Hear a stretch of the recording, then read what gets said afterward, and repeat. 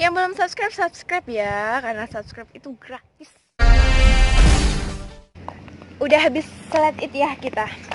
Alhamdulillah di sini disediain tempat gitu ya, Neng ya. Iya, nggak kayak tahun-tahun sebelumnya. Tahun kemarin juga disediain, cuma yang ikut sholat Id cuma sedikit gitu, beberapa doang. Gara-gara dibatasi juga. Terus sekarang lebih banyak, lebih mengerti orang sini juga.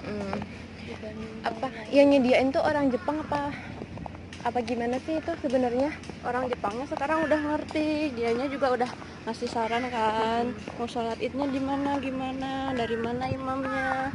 Terus orang Indonesianya juga kan pada ngomong, ngasih tahu ke orang Jepangnya, jadi mereka yang menurut. Jadi dondong-dondong gitu ya, semakin tahu mereka Islam tuh kayak gimana gitu. Tentang dulu kan juga sering dengar berhijab di Jepang tuh nggak boleh dan lain sebagainya. Sekarang tuh jadi hal yang biasa ya, malah mereka tuh kadang kalau ngeliat kita tuh kawai, mina kawai kayak gitu. Sebelumnya aneh gitu kan, diejekin lah. Sekarang udah biasa kalau ngeliat kita dimanapun kita berada tuh nggak gitu. Dulu pertama aku pas lagi kesini tuh masih banyak yang kalau ngeliat pakaian yang agak panjang, maksudnya mungkin kalau jilbabnya masih biasa gitu, masih agak nggak terlalu takut gitu ya. Cuma kalau berhijab besar tuh orang tuh liatnya gimana gitu, agak takut gimana gitu, panasan. Kadang sampai ada yang nanya gini, kamu pakai kayak gitu nggak panas gitu? Enggak, ditanya gitu, masa gitu, tapi enak ya kalau musim dingin pasti anget katanya kayak gitu. Terus apalagi hal-halnya yang mengenai orang Jepang, pandangan orang Jepang ke orang Islam? Ya udah beda sekarang. Awas.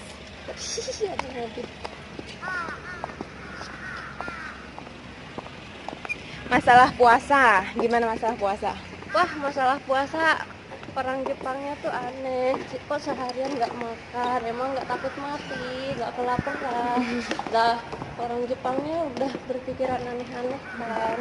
Kalau diajakin puasa juga, ya aku takut mati gitu kan. Tapi kan kalau kita udah nareta, udah terbiasa gitu kan. Dari lahir juga udah diajari terus gitu dari kecil belajar meskipun bolong-bolong. Tapi mereka selalu kepo gitu ya, kayak gitu tuh. Iya, ngapain sih gitu, ngapain kayak gitu pokoknya aneh.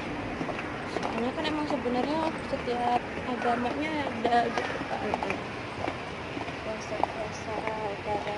Terus apalagi ya yang sering mereka tanyakan tuh masalah nggak boleh makan babi gitu.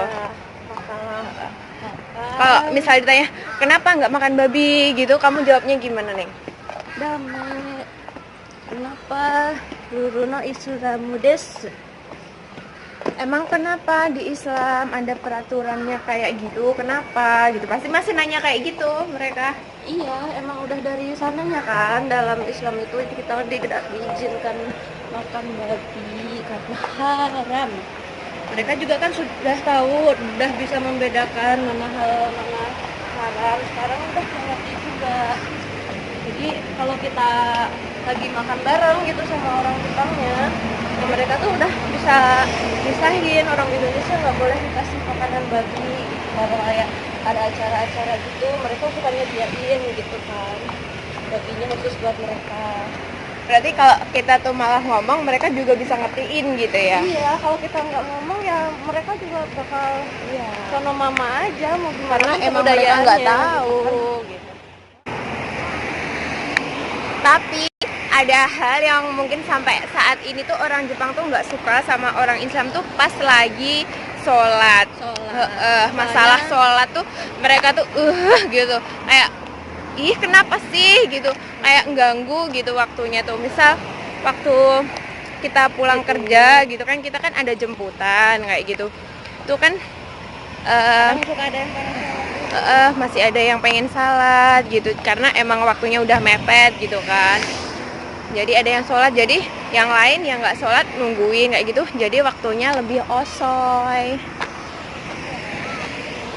Jadi harusnya pinter-pinternya kita aja menjaga sholatnya itu. bukan berarti nggak boleh sholat. Iya benar. Tapi ada juga Kaisa yang ini ya nih, yang ngelarang puasa kayak Iya, gitu karena sholat. emang senpai banget mereka. Iya, apalagi kalau yang Mungkin kerjaannya beda Genba ya. Heeh. Itu kerjaannya emang berat di Panas sana tuh. kepanasan, hujan kehujanan, dingin kedinginan. Karena emang orang Jepang tuh nggak mau ya kalau beresiko gitu, nggak mau nerima akibatnya gini. Kalau gini-gini kan yang nanggung juga mereka, mikirnya kayak gitu. Iya, sebelumnya kan kita juga yang kerjaannya di situ nggak boleh kan, cuma karena udah dandang-dandang bertahun-tahun anak-anaknya biasa, terus baik-baik aja ngejalanin sholat sama puasa, jadi ya udah terbiasa merekanya juga. Makanya udah lumayan lah membaik dikit ya.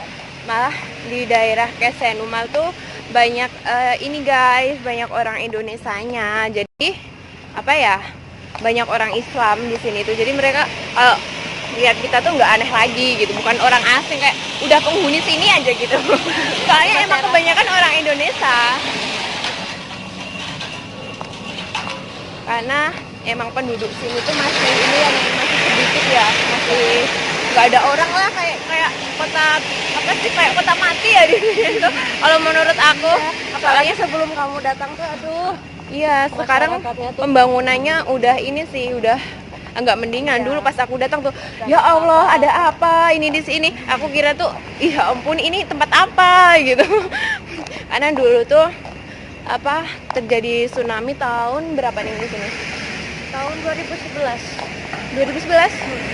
2011. Berarti udah berapa tahun tuh? Hitung aja sendiri. Berarti Matematikanya udah masih 8 tahun.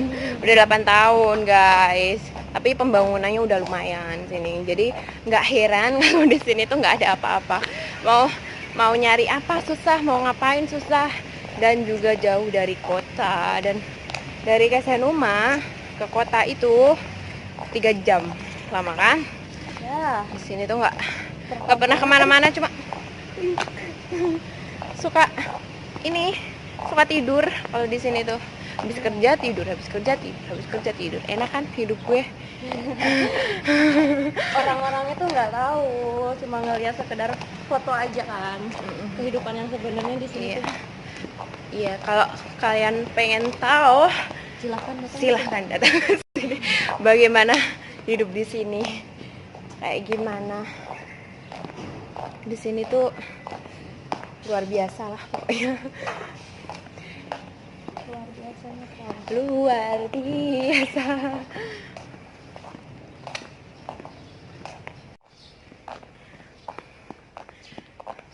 Di sini udah berapa tahun nih?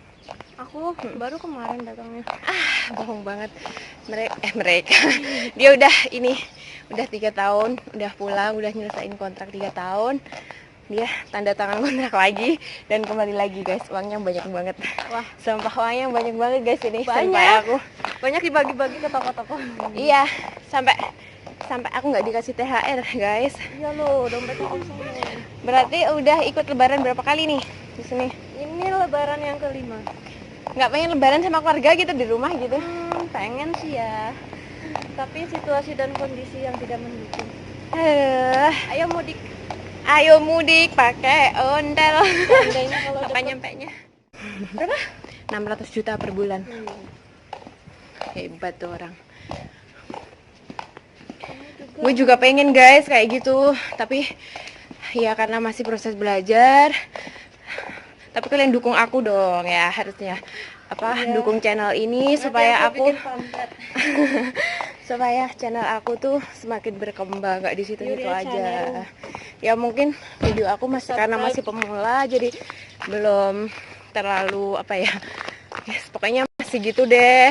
Jadi kalau ada masukan, tolong OCT lah. Udah nyampe di apa tuh?